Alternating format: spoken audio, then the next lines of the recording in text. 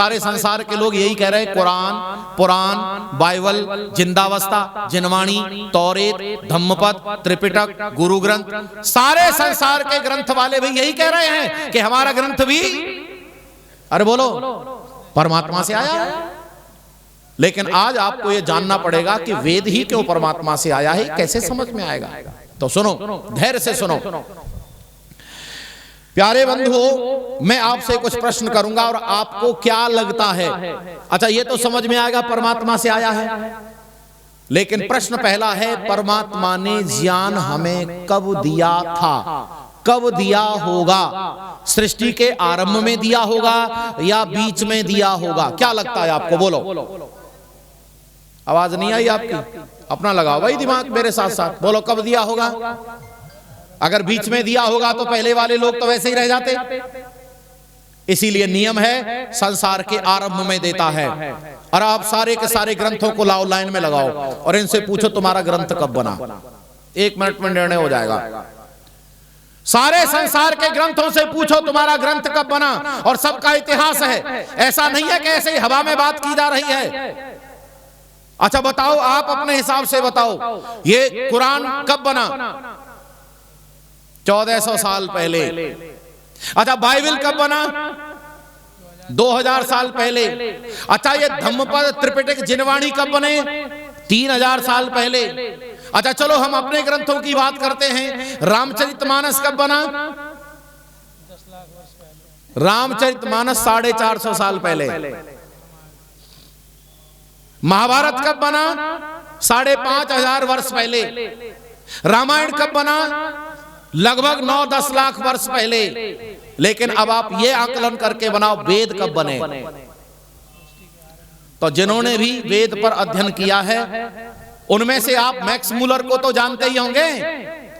Max Muller विदेशी व्यक्ति है और ऋषि दयानंद से जब उसका संपर्क हुआ तब उसकी बात समझ में आई और उसने एक बात सत्य कही कि मेरी समझ में अब आ गया है, संसार की सबसे पुरानी अगर पुस्तक कोई है तो वेद है। वो कहता है the Rigveda is the oldest book in the library of the world. संसार के पुस्तकालय में सबसे पुरानी पुस्तक ऋग्वेद है। वो ये कहता ऋग्वेद है।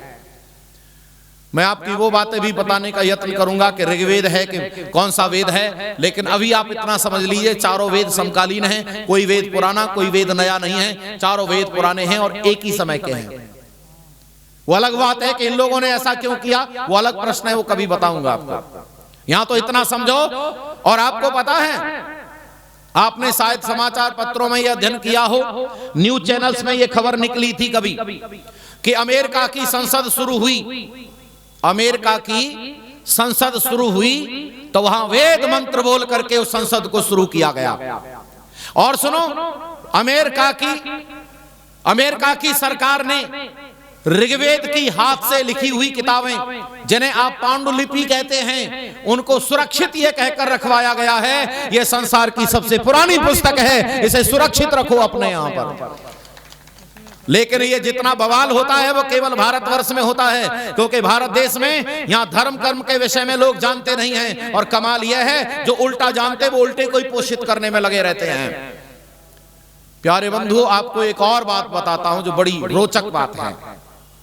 आपको ये जानकर अच्छा लगेगा कि ईसाई, पारसी, यहूदी, मुसलमान ये सब मानते हैं कि वेद पुराना है। और मुसलमानों ने तो एक बार ये कहा, जरा ध्यान से सुनना, मुसलमानों ने एक बार ये कहा कि वेद पुराना है, ये मान लेते हैं, लेकिन वो पुराना हो गया है, लेटेस्ट अल्लाह ने दिया है, अब कुरान है। अब बताओ, लेटेस्ट मानोगे कि पुराना मानोगे? चलो मैं इसका तर्क देता हूं, आप धैर्य से सुनना, फिर आपको आनंद आएगा। आप एक बात बताइए। अच्छा, ये प्रश्न थोड़ा सा कठिन है। मैंने एक लेख लिखा, धर्म का सच्चा स्वरूप, आज से 5 साल पहले, और अभी कुछ दिनों पहले लिखा मैंने। टाइटल वही है, धर्म की यथार्थता। धर्म का सच्चा स्वरूप कह लो या धर्म की यथार्थता कह लो। वही लेख मैंने फिर 5 साल बाद लिखा। अच्छा, आप मुझे बता सकते हैं 5 साल पहले का ज्यादा अच्छा होगा या 5 साल बाद का? थोड़ा लगाओ दिमाग, आनंद आ जाएगा। आवाज नहीं आ रही, बोलो क्या जी? सुनो सुनो सुनो, यही तो बात है समझने की। अगर ये बात समझ में नहीं आई तो वेद कुरान समझ में नहीं आएगा। सुनो, अगर जो लोग ये कह रहे हैं पुराना सही होगा, वो ठीक नहीं कह रहे। क्यों नहीं कह रहे? क्योंकि 5 साल में मेरे ज्ञान में वृद्धि होगी। अरे बोलो हाँ या ना? 5 साल में मैं और किताबें पढ़ूंगा, मैं और जानकारी लूंगा, मैं कुछ प्रवचन सुनूंगा, मैं समाज में घूमूंगा, मैं व्यवहार को देखूंगा। अच्छा बोलो 5 साल में मेरे ज्ञान में जो वृद्धि होगी उसे अपने लेख में लिखूंगा कि नहीं? अब बोलो कौन सा लेख बढ़िया है, पुराना या नया? जोर से बोलो नया। तो इसका मतलब कुरान नई है, इसीलिए वो ठीक हो गई। देखो उनका तर्क काम कर रहा है कि नहीं? लेकिन सुनो जरा, मैं बताऊंगा इस तर्क की काट है। लोगों ने ऐसे ही तो भरगलाया है लोगों को, मेरे देश के लोगों को ऐसे ही तो गलत प्रचार किया है। सुनो, नया लेख उसका अच्छा होता है जिसके ज्ञान में वृद्धि होती है। अरे जो पहले से ही सर्वज्ञ है उसे लेटेस्ट देने की जरूरत, बोलो जरा एक बार। अरे जो पहले से ही सर्वज्ञ है, वो 5 साल पहले भी सर्वज्ञ था, 5 साल बाद भी सर्वज्ञ है। अच्छा बताओ उसके लेख में परिवर्तन आएगा क्या? इसीलिए संसार पूर्ण है, परमेश्वर पूर्ण है, सर्वज्ञ है, और सर्वज्ञ परमेश्वर को ज्ञान जब दिया है तो उसे संशोधन करने की, बोलो।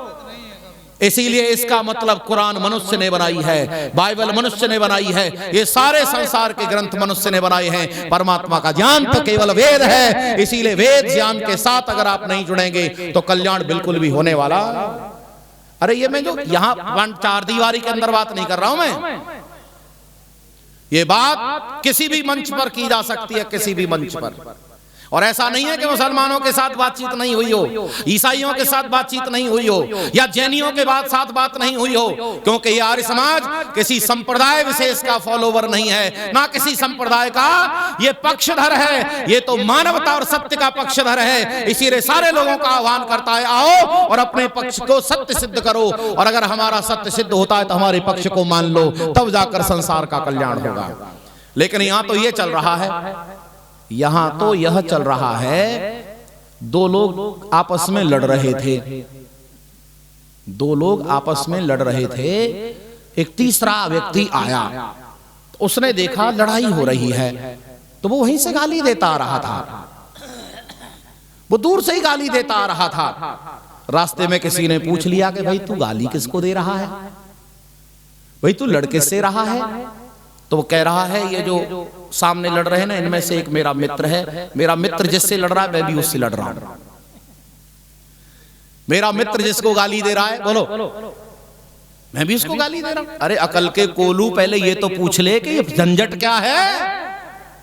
कहीं तेरा मित्र गलती पर हुआ तो क्या करेगा? ऐसा हाल है मेरे समाज का। यहां लोगों को यह पता नहीं है कि हम जा कहां रहे हैं, बस जा रहे हैं, न मंजिल है, न रास्ता है, न उद्देश्य है, बस जा रहे हैं, ढोते चले जा रहे हैं जिंदगी को। आर्य समाज को लोगों ने हल्के में ले रखा है प्यारे बंधु।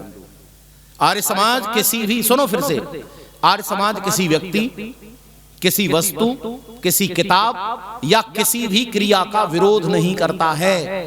आर्य समाज केवल उसका विरोध करता है जो मानवता की हानि करता है, केवल आर्य समाज उसका विरोध करता है। आर्य समाज सत्य का विरोध करने वाले का विरोध करता है, मानवता को मारने वाले का विरोध करता है, प्राणी मात्र को हानि पहुंचाने वाले का विरोध करता है। आर्य समाज ऐसे ही अनायास किसी का विरोध नहीं करता है। आर्य समाज राष्ट्रभक्त संस्था है, आर्य समाज ईश्वर भक्त संस्था है, आर्य समाज मानवता का कल्याण करने वाली विश्व कल्याणकारिणी संस्था है। आर्य समाज को इसी उद्देश्य से समझ लेते तब पता चलता। कुछ लोग तो आर्य समाज को विरोधी माने बैठे हैं, ये आर्य समाज के लोग विरोधी हैं हमारे, नहीं, आर्य समाज किसी का विरोधी नहीं है। आर्य समाज की आत्मा समझ लो, उस दिन आनंद आ जाएगा।